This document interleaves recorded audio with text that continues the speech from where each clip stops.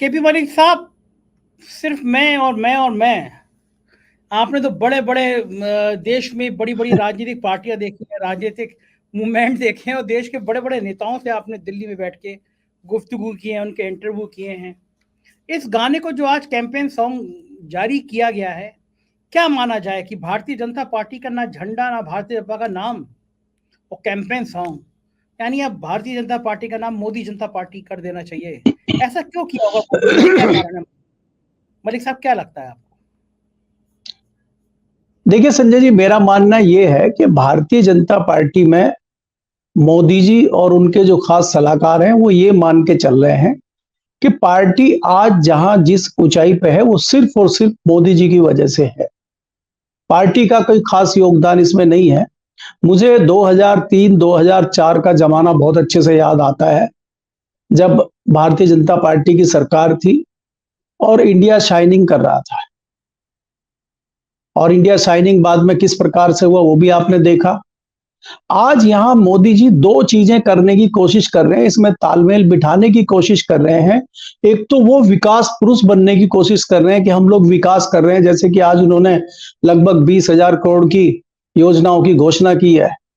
और 2 दिन पहले उन्होंने मंदिर का आयोजन किया है, प्राण प्रतिष्ठा की है। तो यहां पे वो खुद नहीं समझ पा रहे हैं कि ये चुनाव विकास पे लड़ा जाए या ये हिंदुत्व के मुद्दे पर लड़ा जाए, मंदिर के मुद्दे पर लड़ा जाए। तो कहीं ना कहीं इनमें ये चीज का कंफ्यूजन है। दूसरी चीज आपको देखनी होगी कि आप जब प्राण प्रतिष्ठा का प्रोग्राम देख रहे थे, वहां भी भारतीय जनता पार्टी नदारद थी। अगर आप प्रधानमंत्री, मुख्यमंत्री, गवर्नर के पदों को छोड़ दें, अब उनको आप किसी पार्टी से तो जोड़ेंगे नहीं। मेरे हिसाब से जितना मैं समझता हूं, जितना मैं पत्रकारिता को समझता हूं या जितना मैं संविधान को समझता हूं, मेरे ख्याल से तो अगर कोई प्रधानमंत्री है, राष्ट्रपति है, गवर्नर है, मुख्यमंत्री है, तो उसको किसी विशेष पार्टी से नहीं जोड़ा जाना चाहिए। वो तो पूरे प्रदेश का या देश का होता है। तो क्या आप बता सकते हैं कि पार्टी के कोई खास नेता वहां चेहरा दिखाई दिया हो आपको? इक्का दुक्का आपने कहीं दूरबीन लगा के देख लिया, वो बात अलग है, लेकिन कोई चेहरा आपको दिखाई दिया? और जो दो पार्टी से 150 तक 200 तक पहुंचाने वाले अडवाणी जी थे, वो भी नहीं दिखे वहां। तो आप समझ सकते हैं कि एक ही व्यक्ति है जिनके बलबूते पे पार्टी चल रही है, और मोदी की गारंटी है ये मोदी ने गारंटी दे दी है, और ये मोदी की गारंटी है, ये लास्ट तक जाएगी और इसी पर चुनाव जीते जाएंगे। वो बात दूसरी है कि आप प्राण प्रतिष्ठा कर रहे हैं, आप सारी चीजें कर रहे हैं, लेकिन आपका ध्यान वहां नहीं है। ध्यान मंदिर में नहीं है, ध्यान कहीं और है कि इंडिया गठबंधन के लोग क्या कर रहे हैं, क्या क्या चल रहा है इस समय में। जो इनके खास खास नेता है, शरद पवार क्या कर रहे होंगे, लालू क्या कर रहे हैं, नीतीश जी क्या कर रहे हैं, पता किया जाए। तो पता चला जब ये मंदिर में प्राण प्रतिष्ठा कर रहे थे, तो नीतीश जी 100वीं जो उनकी क्या पुण्यतिथि थी, जिनको बड़ा सम्मान, कर्पूरी ठाकुर जी को जो सम्मान दिया गया है, बिहार में एक बहुत बड़े पिछड़े नेता हुए हैं। और आज हम जो बात करते हैं कि वीपी सिंह ने 90 के दशक में आरक्षण दिया था, उन्होंने वो 70 के दशक में ही सोच लिया था, और उसमें बहुत अच्छा काम भी उन्होंने किया था। वो बात अलग है, उसमें हमें विस्तार में अभी नहीं जाना है। लेकिन उनका अचानक सपना इनको वहां पे राम मंदिर में आया है, और तुरंत इन्होंने शाम को दिल्ली आते ही कहा सबसे पहले ये वाला काम करो। जबकि संभावना ये लोग जता रहे थे कि शायद चौधरी चरण सिंह को देंगे, क्योंकि जाट बहुत नाराज है वेस्टर्न यूपी में, और हो सकता है कि एक झटके में बीजेपी ऐसा कुछ कर दे कि चौधरी चरण सिंह को भारत रत्न दे दे, और जाट जो है मोदी जिंदाबाद के नारे लगाते दे धड़ाधड़ कमल के फूल पे मोहर लगाना शुरू कर दे। तो फिर हमने कहा, हमसे भी पूछा गया, हमने कहा देखिए जाट जो है बहुत जल्दी बहक जाने वाली कौम है, और इनको बहुत जल्दी फुसलाया जा सकता है।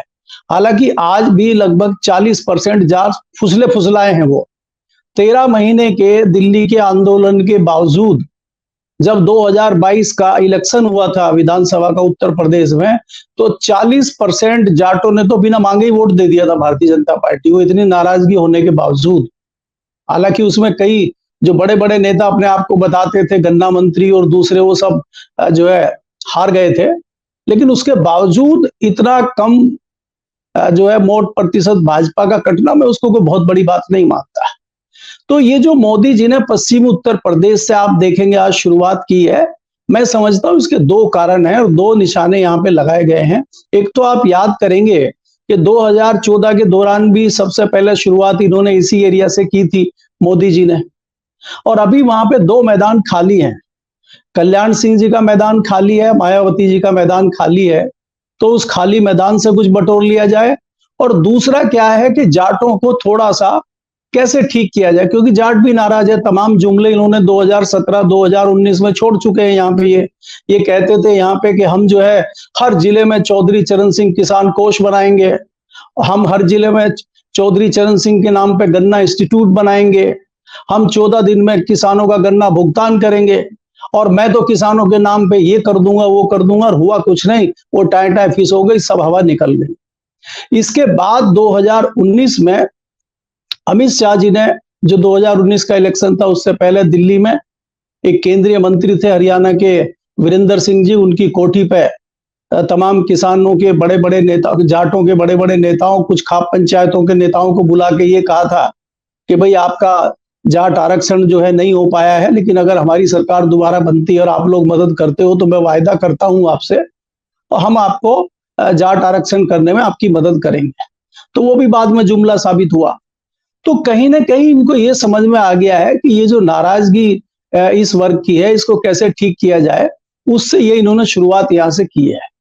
अब मैं आपकी बात पे आ जाता हूं जो आप जानना चाह रहे हैं। ये मैंने एक वर्ड यूज किया कि मोदी की गारंटी है ये, और ये अपनी गारंटी लेके चल रहे हैं और बाकी सब पीछे हैं, और ये कोई नई बात नहीं है।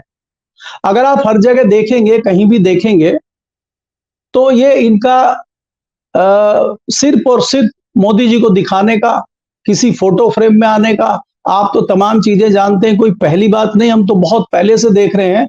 मैं तो आपको 2015 की घटना बताता हूं, विज्ञान भवन की बात आपको बता रहा हूं।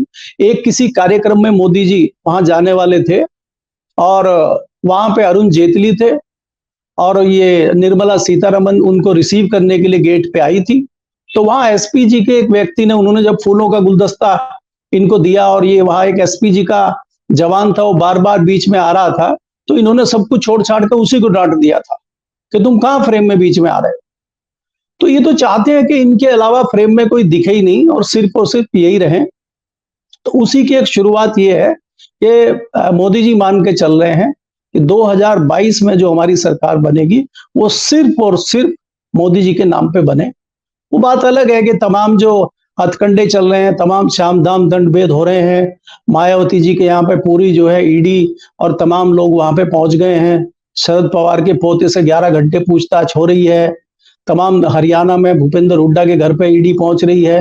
वो बात अलग है कि उसका भी प्रयोग इन सब पीछे चल रहा है, लेकिन श्रेय सिर्फ और सिर्फ मोदी जी को जाना चाहिए, क्योंकि इनके अलावा भाजपा में कोई है भी नहीं है, आप भी जान रहे हैं। जो कोई एक आध लोग हैं वो टेबल के पीछे छुप के, कहीं बैठ के, कहीं कुर्सी पे उधर को मुंह करके कुछ काम कर रहे हो तो कर रहे हो। वैसे भी सेंट्रल गवर्नमेंट में काम कौन कोई कर रहा है? किसी मंत्री को आपने आज तक अपनी योजनाओं का बखान करते हुए देखा है? आज एक अखबार में, उस अखबार का नाम मैं नहीं लूंगा, राजनाथ जी का आर्टिकल छपा हुआ है। अब हमें ये नहीं समझ में आ रहा कि उन्होंने छपवाया या गलती से छप गया, क्या होगा, और राजनाथ जी का शाम को क्या होगा, क्योंकि 2 दिन पहले मोदी जी का छपा था। कर्पूरी ठाकुर जी का जो है आर्टिकल छपा था प्रधानमंत्री मोदी जी के नाम से, हमें रात को दिया गया कि जल्दी इसको छपवाइए। हमारे यहाँ भी छपा था, सब जगह छप रहे हैं। तो ऐसे में जो है राजनाथ जी का कैसे छप गया ये मेरे को समझ में नहीं आया। हालांकि हमारे यहाँ शायद नहीं छपा, बाकी जगह छपा है। तो ये क्या हो गया है? तो ये तो संजय जी आप जानते हैं कि इस तरह की चीजें कितनी चल रही है। तो ये सिर्फ और सिर्फ मोदी जी रहेंगे, बाकी एक आध चीजें और भी आपको दिखाई दे रही हैं वो भी हट जाएंगी अभी महीने 2 महीने में आने से, सिर्फ और सिर्फ मोदी जी। बिल्कुल ठीक कह रहे हैं। एक चीज और बता दीजिए, ये जो आर्टिकल छपते हैं ये प्रधानमंत्री जी खुद लिखे होंगे, राजनाथ सिंह जी खुद लिखे होंगे? अब संजय जी देखिए, ये बात छोड़िए आप, ये हम और आप अखबार के एक एक चीजों को जानते हैं कौन क्या लिखता है। अब मोदी जी 18 घंटे काम करते हैं, देश सेवा करते हैं, सोते भी 2-3 घंटे हैं। आप क्या चाहते हैं? वो अपने विचार दे देते हैं, वो अपने विचार दे देते हैं। लिखने वाले हम जैसे लोग बहुत हैं, उनको कोई कमी है क्या लिखने वालों की? पीआईबी का पूरा जो है, पीआईबी का पूरा एक मंत्रालय उनके पास है, उसमें एक से एक क्रांतिकारी लोग बैठे हैं जो लाखों लाखों तनख्वाहें ले रहे हैं। वो लिखने में समय कम लगता है, उसको चेक करने में, उसको एक जगह से दूसरी जगह जाने में टाइम बहुत ज्यादा लग जाता है। जी।